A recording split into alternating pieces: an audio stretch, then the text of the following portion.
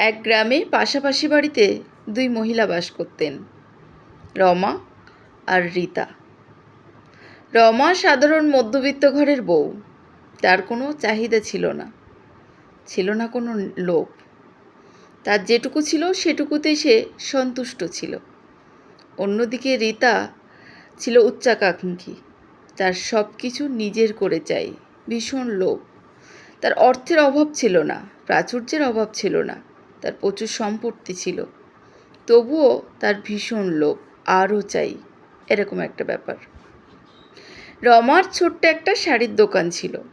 সেখান থেকে সে যেটুকু উপার্জন করত তাতেই সে খুশি। সারাদিনে সে যেটুকু রোজগার করত তাতেই সে খুশি হতো। তার কোনো চাহিদা বেশি ছিল না।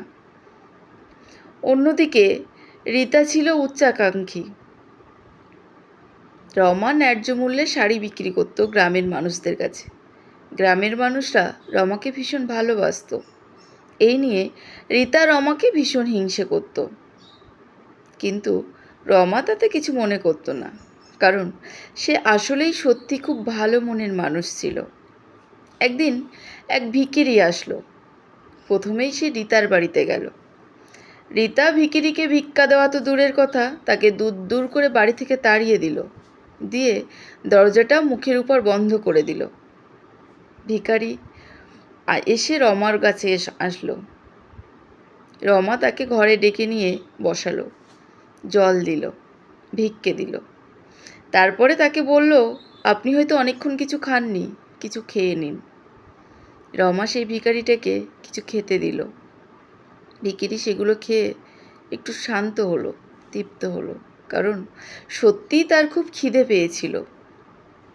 ভিখিরি খাওয়া দাওয়া শেষ করে জল খেয়ে রমাকে আশীর্বাদ করলো, তুমি কাল যে কাজটা শুরু করবে সেই কাজটা যেন সারা দিন তুমি সাফল্যের সঙ্গে করতে পারো। রমা একটু হাসলো, হেসে ভিখারিটিকে প্রণাম করলো। ভিখিরিটাকে আশীর্বাদ করে চলে গেল। পরের দিনই আশ্চর্যজনকভাবে গ্রামের থেকে এক ভদ্রমহিলা এলেন রমার শাড়ির দোকানে। ওনার হঠাৎ করেই কিছু শাড়ির প্রয়োজন পড়ে গেছে, সেজন্যই তিনি দোকানে এসেছেন। দেখা গেল সারা দিন রমার প্রচুর বেচাকেনা হয়েছে।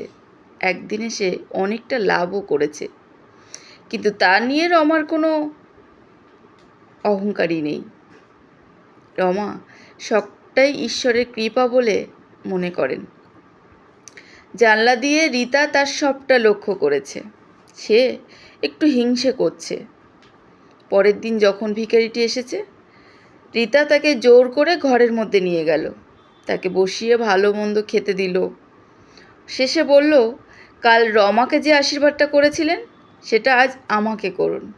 ভিখারিটা একটু হাসলো। তিনি বললেন, ঠিক আছে, ওই একই আশীর্বাদ আমি তোমাকে করলাম। রমা খুশি হলো, ভাবল কাল সকালে স্নান সেরে তার যত গয়না আছে সব গয়নাগুলো সে পরে নেবে। যথারীতি পরের দিন সকালে রীতা সেই গয়নাগুলো সব পরে নিল। ভাবল আমার আরও গয়না হবে। সকালে উঠে পুজো দেওয়ার সময় তার মুখের কাছে এক মাছি ভনভন করতে করতে এলো। রীতা মাছিটা হাত দিয়ে তাড়ালো। এইভাবে বেশ কয়েকবার সে মাছি তাড়াতে লাগলো। তারপর ধীরে ধীরে মাছির সংখ্যা বাড়ল। এভাবে দেখা গেল সারাটা দিন তার মাছি তাড়িয়েই কেটে গেল। শেষে রীতা উপলব্ধি করল তার লোভ তার শূন্যতাকে ছুঁয়েছে, আর রমার নিঃস্বার্থ কাজ প্রাচুর্যকে ছুঁয়েছে। রমার কোনো কিছু পাওয়ার জন্য কিছু করতো না, কিন্তু রীতা যে কাজটাই করতো সে তার পিছনে কতটা লাভ আছে তার সেটা ভেবেই সে কাজ করত। শেষে দেখা গেল রমার নিঃস্বার্থ কাজ তার প্রাচুর্যকে ছুঁয়েছে, সে সব কাজে সফল হয়েছে। আর রীতা ব্যর্থ হয়েছে, কারণ তার লোভ। নিঃস্বার্থভাবে কোনো কাজ সেটা ঈশ্বরের দান। কোনো কাজের পিছনে স্বার্থ না দেখে নিঃস্বার্থভাবে কাজ করে যাও, ঈশ্বর ঠিক তোমার ফল দেবেন। যদি গল্পটি ভালো লেগে থাকে তাহলে অবশ্যই ভালোবাসা দিয়ে পাশে থেকো। Thank you.